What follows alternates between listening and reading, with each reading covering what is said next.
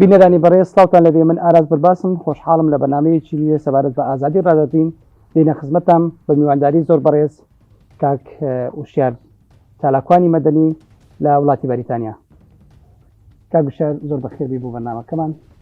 هیوادارم بتوانین بەیەکەوە بەنامەیەکی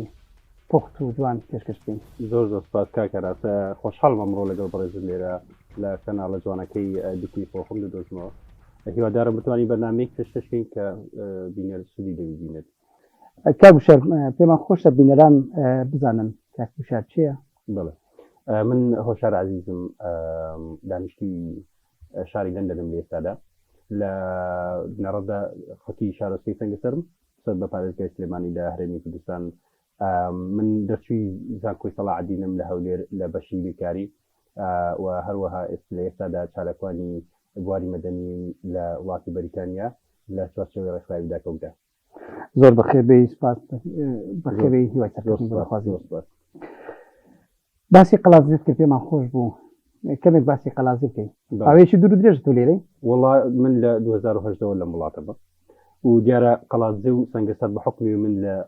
لە ئەسڵدا خەتی سەنگەسەرم و قەڵازی و سەنگەسەر و ڕانی هەمووی دەبەرێکە، هەمووی مەتیقەیەکە. وەکو باسکردن با بڵین ئەو مەتیقەیە ئەگەر بتەوێ باسی بکەی کاتێکی دێشەڵ دەگرێتەوەرەکەی تۆ پێش دەبێتەوە، بەڵام بە کوتی دەمەوێت پێ بڵم لە ڕۆی ئەمنیەوە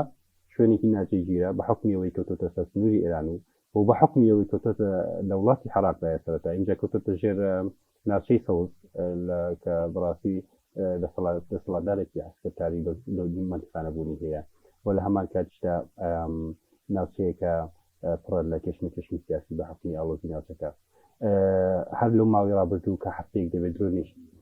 تورکیا لە گوندزەکان کەوتە خوارەوە کە تەنیا 5 دقیقە بە سیارە لە شارۆچکەی سەنگەسەرەوە دوورە. ئەوە تعبیر لەوە دەکەم ناوچەی لەڕووی ئەمنیەوە ناوچەیەکی نائارامە ناسەخامگیرە و لەڕووی ئابووری شێوە گەنجەکانی بەڕاستی ناوچەکە بەتە دێڵم هەم لەبەر نەبوونی ئازادی و لەبەر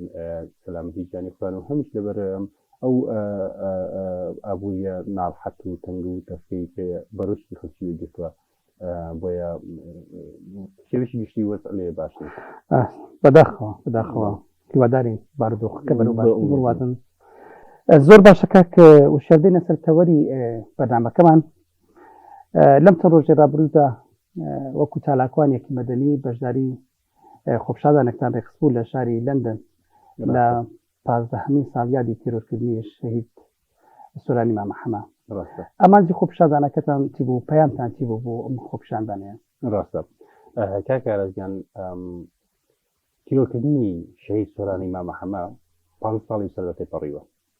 لە ماوەی ئەم 5 ساڵدا نە دادگاکانی هەرێمی کوردستان، نە ڕێکخراوەکانی کۆمەڵگای مەدەنی، نە دادگاکانی حکوومەتی فیدراڵ، نە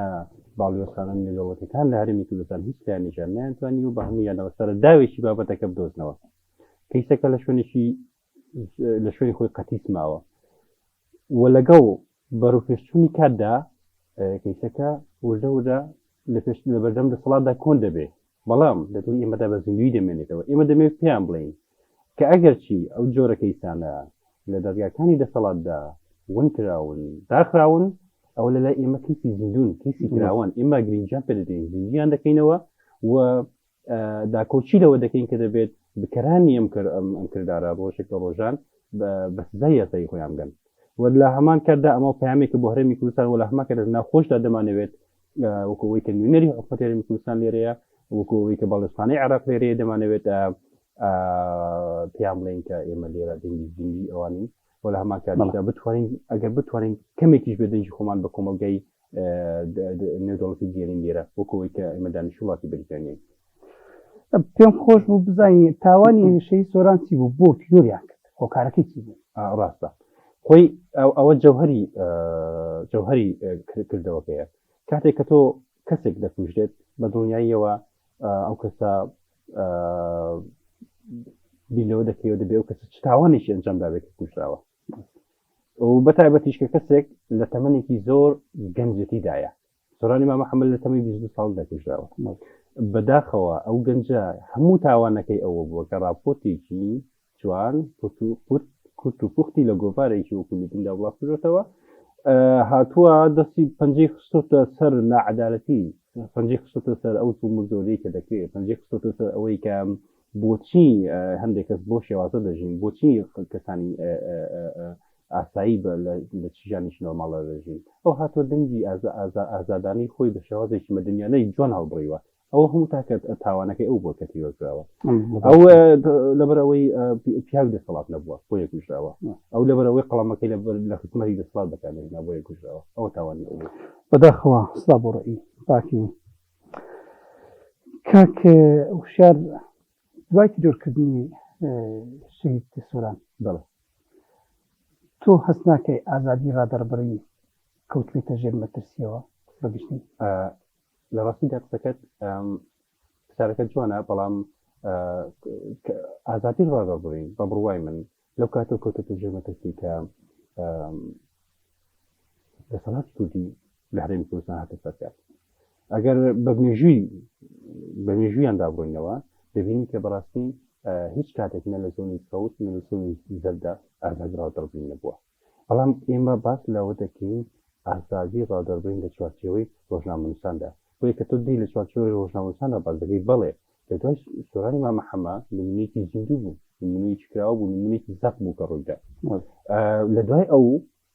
پەیتا شەهیدەکانی ترشی بەرەداهاتنی وەکو خەدەش عوسمان و کاوە گەرمیانی و ئەو برادرانی کە بەداخەوە برادرانی بادینیان و ئەوانە با بڵێین تیۆرکراون، ئەی ئەوانەی کە دەربەدەرکراون، ئەی ئەوانی وڵاتی خۆیان بگرێت، ئەی ئەوانی کە یعنی سەیرە ئەم کۆمەڵێک ڕۆژنامەنووس کۆمەڵێک کێڕێکخراوی جیهانی هاتنە سەرخەت بۆ لە دژی تیرۆرکردنی ئەم ڕۆژنامەنووسانە. یعنی دوای ئەو هەموو ئیدانەکردنەوە خۆ پیشاندان و گرنگە ئەم حزبانەی دەسەڵات پشت بەچی بە ئەستور بەردەوام لەسەر ئەم پێشێرکاریانە دوایە ئەم هێزە لە شوێ وەردەگرن. لە ڕاستیدا بارودۆخی سیاسی لە هەرێمی کوردستان ئاڵۆزە و حیزبەکانی دەسەڵات دابەشبوونێکی زەقیان پێوە دیارە بەسەر دەسەڵاتدارانی ناچەکەدا. ئەوە لە دوای ئەوە هەموونی ئەو هەموو راپۆرتەکانی وڵاتانی نێودەوڵەتی و نەتەوەی گفتەکان و ئەمریکا و هەتا وەزارەتی دەرەوەی ئەمریکا لێرەینەوە هەتا ڕێکخراوە سەربەخۆکان لە هەرێمی کوردستان ئەو هەموو ڕێکخراوە ئەو هەموو راپۆرتەی ئەوان دەسەڵاتدارانی حکوومەتی ناجوڵێنێ نایان بزوێنێ. ئەوە گەورەترین زەربەیە بۆ ناوبانگی هەرێمی کوردستان وەکو قەوارەیەکی کوردی چکە با بڵێن ئێمە وەکو کوتاکە قەوارەیەکە هەمانە وەکو دەستوری ئەحتیاج پێکراوە. بۆیە بۆ ناوبانگی هەرێمی کوردستان زۆر خراپە و بەداخەوە و بەچی پشت ئەسوورن ئەوان لە ڕاستیدا هەر بۆ حەسکەتارەتی بۆ عەقڵێتە ئەسکەتاری خۆیانەوە ئەسوورن کە پیان وایە دەتوانن بەڕێگەی چەک و چەکەوە خەڵکی بێدەکەن. ئەوە تاکە تۆ پێدوان نییە ئەم جورئەتە لە خەڵکی تر کە بەڕاستی ئەمانە خاوەنی کۆمەڵێک لایەنگری لە هەمان کاتیشدا کۆمەڵێک لایەنی سیاسی لەژێر سێبەری ئەم دەسەڵاتەدانە. لە ڕاستیدا هەبوونی با بڵێن راپۆرت، هەبوونی بەیاننامە، هەبوونی دەنگی ناڕازی نێودەوڵەتی بەس نییە بۆ شخصەر دەسەڵاتدارانی حکوومەتی هەرێمی کوردستان. گەورەترین فشار کە دەتوانێت بەرامبەر دەسەڵات کاریگەری هەبێت دەسەڵاتی ئۆپۆزیسیۆنە. ئۆپۆزیسیۆنێک کە لە ڕاستیدا نوێنێکی ڕاستەقینی خەڵکی بێ بۆ ئۆپۆزیسیۆنێک کە هەموو لایەنەکان بتوانن تێیدا کۆ ببنەوە. بەڵام لە هەرێمی کوردستان کاتێک کە سەیری دابەشبوونی لایەنەکانی ئۆپۆزیسیۆن دەکەی هیچی وایەکرد بە ئۆپۆزیسیۆن بە لایەنەکانی ئۆپۆزیسیۆن نامێنیتەوە بۆی بتوانن فشارێکی ڕاستکردنی خصوصا سەر دەسەڵات بۆ گۆڕانکاری. یعنی ئەگەر حتا لایەنی ئیسلامیەکان بەلای خۆیانەوە دابەشبوون، لایەنە دیموکراسی خوازەکان بەلای خۆیانەوە دابەشبوونە، سەرکردنیشی ڕاستەقینی ئۆپۆزیسیۆنی نادۆزیەوە، ئەوانە گەورەترین گرفتن. کاتێکیش باسی ئۆپۆزیسیۆن دەکەی باسی با بڵێن معنویەتێکی گەورە دەکەی کە دەنگی ناڕازی خەڵکە بەڕاستی.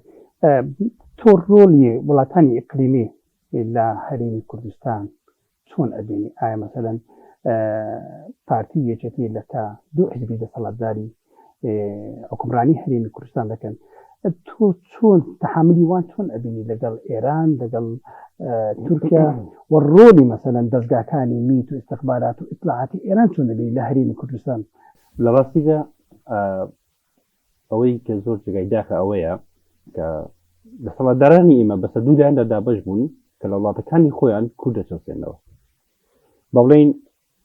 بەش پارچەی گەورەی کوردستان لە تورکیایە کە باکووری کوردستانە لە کاتێکدا گەورە دەسەڵاتداری هەرێمی کوردستان پەیوەندیی زۆر باشی لەگەڵ تورکیادا هەیە ئەویشکە بڵین پاری دیموکراتی کوردستانە لە لای ترەوەیەکی نیشتیمانی کوردستان پەیوەندیی باشی لەگەڵ ئێراندا هەیە هەردوو دەوڵات تاوانبارن بە جینۆساید بەچەندی تاوان بەرامبەر بە کوردانی باکوور و کوردانی ڕۆژهەڵات ئەوەی کە زەی داخە ئەوانە پێچکە لەوەی کە کوردەکانی ئێمە دەکشن لە کوردستان لە کوردستان لە باکووری کوردستان و کوردستان بە درۆن و بە تۆپبارانی ژێن کوردەکانی ئێمەش دەکوژن دەستیان داوەتە ناو چوارچێوەی قاواری هەرێمی کوردستان لێرەدا پرسیارێکمان بۆ دروست بوو کاکە هۆشیار بم بوورە زۆر جار کاتێک کە بردمانەکان ئەکرێ یعنی خەڵکی سڤیل ئەبێتە قوربانی بەخۆی بردمانی فڕۆکەکانی تورکیاوە یان بردمانەکانی ئێران بە موشک خەڵک هەوڵ ئەدا خۆپیشاندان بکەن بەڵام لەهەن هێز ئەمنیەکانی دەسەڵاتەوە ڕێگریان لێ بۆ ئەم خۆپیشاندان لە ڕاستیدا خۆپیشاندان کە تۆ بۆ نمونە لە ناوچەی سۆڵ خۆپیشاندان نەکەی لە جی تۆپباران ناتوانانی بیکەیت چکە تۆپباران ئێران دەیکات و کاتش لە ناوچەی زەردە تۆ دەتەوێت خۆپیشاندان پێ لە جی بردمانی فڕۆکەکانی تووشە ناتوانانی بکەیت لەبەرەوەی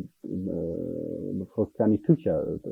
با بڵێن بردمان دەکەن ئەوانە پەیوەندی بەهێزیان لەگەڵ لایەنە کوردەکانی هەرێمی کوردستاندا بوونی هەیە هاوڵاتیانی سڤیل دەبنەوە گەورەترین قوربانی لەو کەشمێکش مسلسانەدا بوونەکانیان زێبیاڵن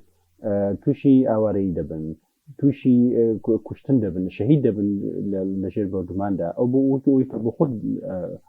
باش ئاگاداری وەزاکەی هەموو هەڵەکانیش ئاگادارن لەسەر ساڵی ڕابردوودا بەدەیان هەوڵاتیمان بنشێت بەهۆی تۆپباران و با بڵێن بردمانەکانی فڕۆکەکانی تووشە بۆیە لە ڕاستیدا ئازادی نییە هیچ ئازادێک نییە تۆ بتوانانی ئازادانە بڵێ بێ تعبیر لە ڕای خۆتی بڵێ کاکەم تۆپبارانە بوەستێنێن ئەمەکەن ئەمە ڕاستە خۆ خەتریات لەسەر ژیانی کوردستان دروست دەکات کە دەیانەوە جۆرە چارەکان ئەنجامدان وەکوی کێسە دەیبینی خۆی خنکاندنی ئەم ئازادی ڕادەربووینە لە چیدا خۆی ئازادی ڕادەربڕین با بڵێن ئازادیە لە پێناو چەسپانی دادگەری مافەچڕای خۆشیان ئەم خەڵکە خۆپیشاندان بکە دەنگی ناڕزاییەوە دەبڕین خۆشی وەکو خۆت فەرمووت پاڵپشتیکردنە بۆ چەکسازی حق مەسەلەن حکوومەت گوێیان بگرێ حکوومەت بە خێراتنیان حق حکوومەت لە باوەشی بە سۆزی خوانیان بگرێت یعنی بۆ نمونە گەنجێکی وەکو من کاتێککە دێم هاوا دەکەم دەڵام کاکە گیان من ئازادیم دەوێت ئازادیم بۆ چێ دەوێت ئازادی ئەگەر هەر بۆ من بێ ئەوە گریمان من وڵاتەکەم بەچێش من ئازادیم بۆ کەسانم دەوێت کە ئێستا لەژێر دەسەڵاتی ئێوەدان من ئازادیم دەوێت لەبەرەوەی ئازادی دەتوانێت دادگاری و یەکسانێکی جوان بەرپا بکە لە کۆتاییدا هەمومان ئیسفادەی لێ دەکەین لە کۆتاییدا میلەتی کورد هەرێمی کوردستان ئیسفادەی لێ دەکات لە کۆتاییدا قەوارەی حکوومەتی هەرێمی کوردستان زۆر بەرەو پێش دەبات لە ڕاستیشدا ئازادی هیچ یەک ناگرێتەوە لەگەڵ با بڵێن مەرهەمی حیزب سیاسیەکانی ئێمە جا من دێمەوە باسی حیزب سیاسیەکانی هەرێمی کوردستان ئێمە وتمان خەڵک ڕۆژنامە نووسە چالاکوانە ناتوانانی بێتە سەر شەقامەکانی هێز ئەمنیەکان سەر بەدەسەڵاتن ناتوان ڕێگری دەکەنەوەی کە خەڵک خۆپیشاندان بکە باشە لایەنە سیاسیەکان لە پەرلەمان بەشدارن لە حکوومەت بەشدارن بەشێکیان مەسەلەن لە پەرلەمان بەشدارن و بوونیان هەیە و پێگەی خۆیان پێگەی حیزبیان هەیە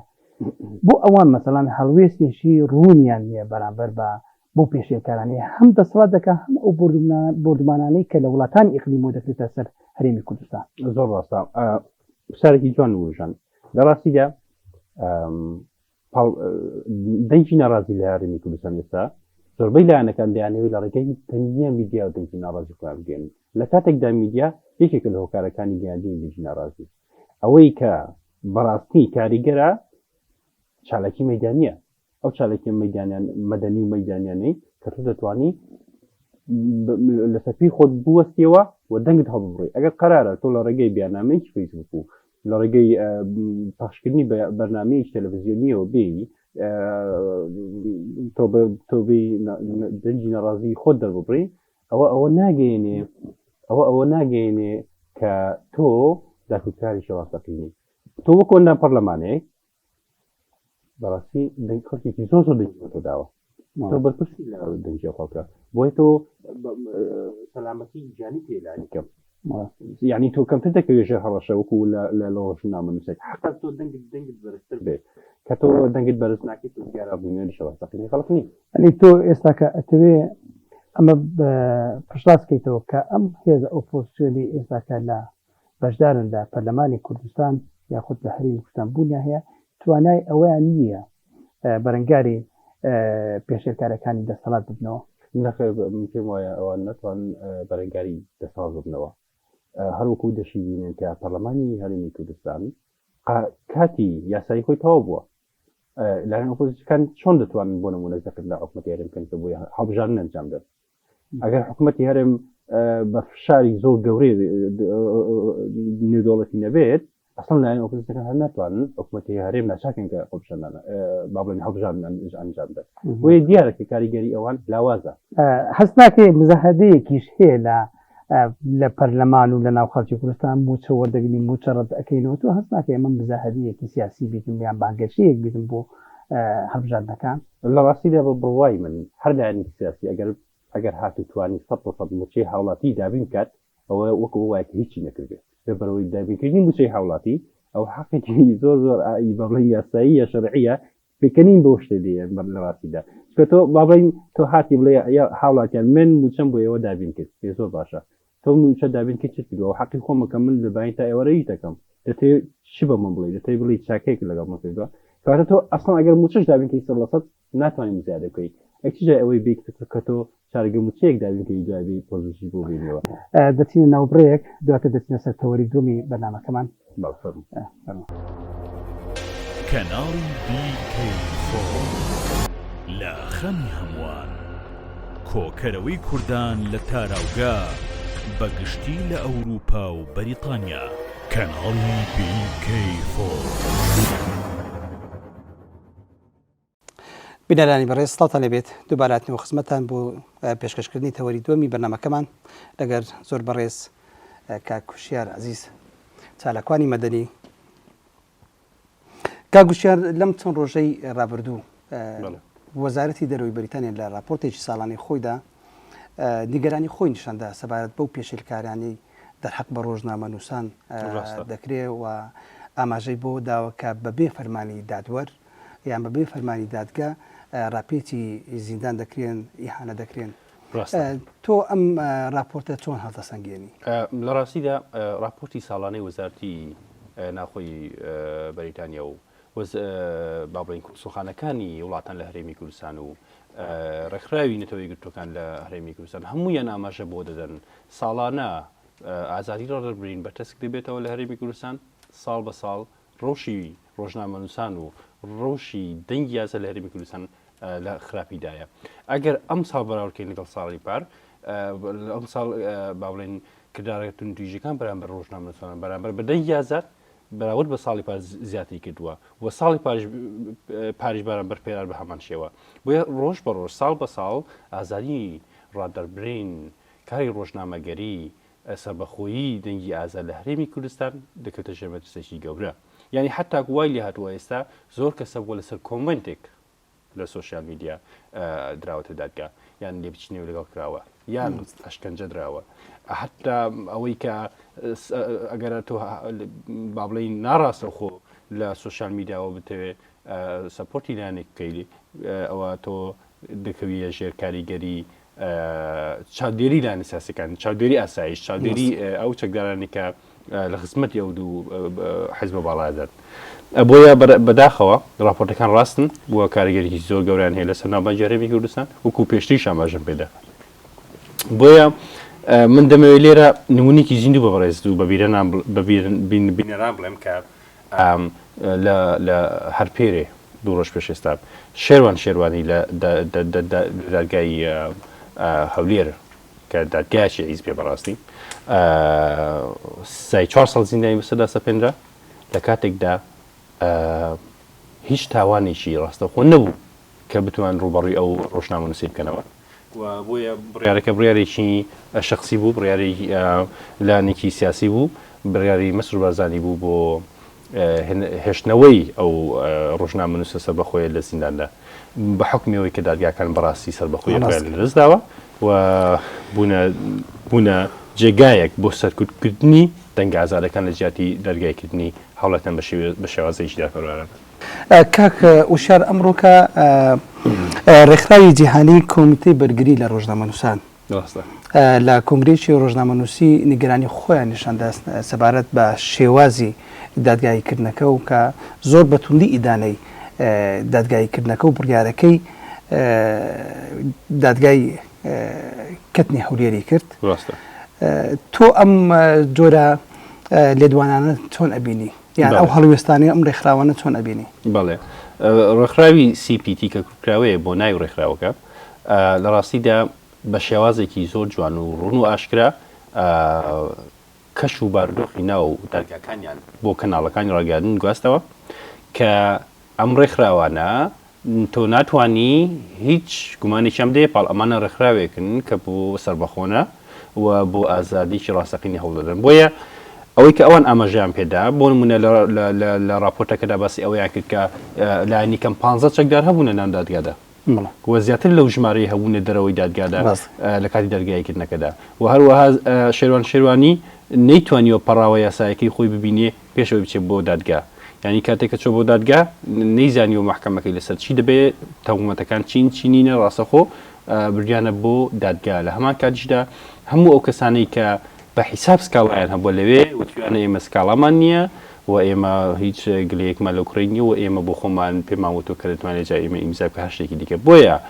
هیچ هۆکارێک نەبووە، هیچ بیانوویەک نەبووە کە تۆ بتانی ئەم ڕۆژنامەنووسە بۆ 4 ساڵی کە لە زیندەنا بهێڵیەوە بەڵکو وەکو خۆیان ئاماژەیان پێدا کۆنگرە ڕۆژنامەنووسەکەدا کەەوە بڕیارێکی سیاسی تاکلایە نەبووە بەرامبەر بە هەڵویستی ئەو ڕۆژنامەنووسە بەرامبەر بە هەڵویستی ڕابردووی ئەم ڕۆژنامەنووس لەسەر کاری سیاسی لە هەرێمی کوردستان. ڕاستکەی کاک وشار سەبارەت بە هەڵویستی ڕۆشنبیران ڕۆژنامەنووسان نووسەران مامۆستایان ئێمە بڵێن بەڕێز شێروانی هەم ڕۆژنامەنووس بووە هەم چالاکوان بووە هەنی ئەمە خۆپشاندانی کردووە بۆ موچەی خەڵک. باشە هەڵوێستی ئەم ڕۆشنبیران چۆن هەڵدەسەنگێنی؟ ڕاستە لە ڕاستیدا پرسیارێکی زۆر جوان و لەجێی خۆی بوو. ئەمە کە دەین زیاتر من دەمەوێت پرسیارەکە لە چوارچێوەی ڕۆشنبیران و نووسەران و ڕووناکبیرانی کورددا کۆبکەمەوە بۆ بەتابەتی ئەوانشان کە چاودێری سیاسینە. لە ڕاستیدا گەورەترین هێزی معنەوی لە کۆمەلگادا نووسەرەکانن ڕووناکبیرەکان ئەدیبەکانن ئەوانە ئەو کەسانەنە کە نابێ هیچ کاتێک لە دەسەڵات بکەنەوە نابێت هیچ کاتێک لە دەسەڵات بترسن ئەوانە پێشەنگی کۆمەڵگان بەڵام بە زۆر بەداخەوە هەڵویستی ئەوان هەڵویستێکی زۆر لاوازە هەڵویستێکە کە بەڕاستی هیچ شوێنێک نایان بینی ینی زۆر بەدەگمان دەردەکەون ینی دیارە کە ترسێکی ڕاستەقینیان هەیە لە دەسەڵات کە نەدەبوو بۆم شێوازە بن ئەوان سەرمەشقی ئێمە بە شعرەکانی ئەوان بە وتارەکانی ئەوان جۆش دەبین بۆیە حەقا هەڵویستێکی زۆر باشیان هەبێ و حەقا لە پێشەوەی کۆمەلگا بن لە هەموو ڕوویەکەوە ناکرێ ئەوان ناومێت بن یعنی هیچ هۆکارێک بۆ ناومێت بوونی ئەوان ئەوان ڕووناکبیرن ئەوان ئەدیبن ئەوان نووسەرن چۆن دەکرێت نووسەرێک ناومێت بێ بۆیە بەڕاستی هەڵویستی ئەوان هەڵویستێکی لاوازە بەداخەوە کاک وشار ئێمە سەبسە بەدێنە کۆتایی بەرنامەکەمان تۆ بەڕێزدان وەکو ئەندامێکی ڕێکخراویدا وەک چالاکوانێک ئەتوانێت چ پەیامێک بگەێنن لە وڵاتی بەریتانیا و ئەتوانن چی بکەن بۆ ئەم پێشێرکارانەی کە لە هەرێمی کوردستان دەکەن؟ ڕاستە ئێمە وەکوی کە لە وڵاتی بەریتانیا لە وڵاتی دیموکراتی داین لە وڵاتی دیموکراتی دایم دەمان هەیە لە ڕێگەی چالاکیە مەدەنیەکان بە شێوازێکی جوان دوور لە زمانێکی زبر دوورترین توژی بە زمانێکی مەدەنیانە پەیامی خۆمان بگەێنین هەم بە لایەنە سیاسەکان لە هەرێمی کوردستان و هەمیش بەو لایەنانەی کە لێرە دەنجی ئازادن بۆ هەموو بۆ ئینسانی بوون بۆ مرۆڤبوون بۆ نمونە هەندێک ڕێکخراوی سەربەخۆ هەندێرەکە پاڵپشتی ئازادی و مافی مرۆڤ دەکەن لە هەمان کاتدا ئێمە هەوڵمان داوە پەیوەندی بە ئەوانەوە بکەین نامەمان بۆ نردون باگەدارمان کردنەوە لە هەمان کاتدا ئێمە پەرلەمانتارەکانمان ناگەدارکردنەوە لە هەندێک بارودۆخدا و توانیمانە پەیامەکانمان بە زمانی ئینگلیزی لە کاتی چالەکاندا بگەینین و لێرە هەوڵمان داوە پەیوەندیمان هەبێت لەگەڵ هەموو لایەنانەی کە لەو وەرەدە خۆیان دەبینەوە چالاکیکانمان وەکو چالاکی مەدەنی بەردەوام دەبن بۆ بەردەوامیش بوونە ئێوە تەنها هەر چالاکوانی چالاکی مەدەنی ئەکەن خۆ پیشاندانەکەن یان ئێوە لە بواری تریشدا خزمەت بە پەنابەران دەگەین یان قسەکە زۆر جوانە ئێمە هەوڵمان داوە بە حکمی ئەوەی کە لەم چە ساڵی دواییدا ژمارەی زۆر پەنابەر هاتوون وەکو بۆ خۆشت دەزانیت و وەکو داتا لەلایەن وەزارتی ناخۆشەیە کە بەشێکی زۆر لە پەنابەرانە لە هەرێمی کوردستانەوە بڕێن بۆ ئێرە بە حکمی ئەو نەعەدالەتی کە لێ بوونی هەیە لە ترسیژان لە بەرباردۆخی ئابووری لە بەهەر هۆکارێک بێت بۆیە ئێمە هەوڵمان داوە لێرە دەستیان بگرین یارمەتیان دەین هەم لە ڕووی معنەویەوە لە ڕووی بەشاڕوونیەوە لە ڕووی ئەوەی کە بیان پارێزین لە کردداری توندوتیژی لە بیان پارێزین لە هەڵی لە حاڵە لەم وڵاتە بە حکمی ئەوەی کە نوێن بۆ وڵاتە یاساکانی بەری بەبە یاساکانی بریتانیا شارەزانینە هەڵمانداوە لە توندوتیژی دووریان بخینەوە و ئەوەندەی پێمان کرابێت دەستیمان گرتوون بە جوێری توانای خۆمان وەکو ڕێکخراو دەستان خۆشبی سەرکەتان بە دەخوازیین کاک وشیار ئێمە زۆر خۆشحاڵ بووین بە ئامادەبوونی بەڕێستان لەم بەرنامەیەدا سوپاس دەکەین ئێمە شتێکی ئۆتۆمان نماوە ئەگە بەڕێستان شتێک ماوی بتوان لە ڕاستیدا قسەی کۆتایی من ئەوەیە کە هیوای زوو ئازادی بۆ زیندانیان دەخوازم ڕۆژنامە نووسان دەخوازم دەنگ ئازادی خوازەکان دەخوازم لە هەرێمی کوردستان ئێمە لێرەین بەڵام تومانە لای ئەوانە هیوادارین کە ئینشاڵڵا زوو بچنەوە بۆ لای کەسوکار و خانەوەتی خۆیان و هیوادارین کۆمەڵگای کوردی هەم لە هەرێمی کوردستان دەنگێکی بەرزتری هەبێ دەنگێکی با بڵێین ئازادانی هەبێ ئەوە لە هەمان کاتیشدا هاوکارمان بن و لە بەریتانیاش بە هەمان شێوە ئێمە بەڕاستی کاری مەدەنی خۆمان بەردەوام دەبێت و بەردەوامیش بووینەوە ئەو لە کۆتاییدا هیچ شتێکم نەماوە تەنیا سوپاس دەستان خۆشبی هیوای سەرکەتان بە دەخوازیین زۆر خۆشحاڵ بووم بە ئامادەبوونی بەڕێستان بۆ ئەم بەرنامەیە منیشەوە زۆر خۆشحاڵ بووم خۆشحاڵ بووم لێرە لە کەناڵە جوانەکەی بکەیتەوە خۆم دەستیەوە لەگەڵ بەڕێزت لێرەدا هاتوویستی کۆتایی بەرنامەکە بینەرانی بەڕێز لێرەدا هاتیینە کۆتایی بەرنامەکەمان تا بەرنامەیەکی تر و لەگەڵ میوانێکی تر دێنە خزمەتان هەموو کاتێکتان شاد و سەرفەرمەند زۆر خۆشحاڵ بووم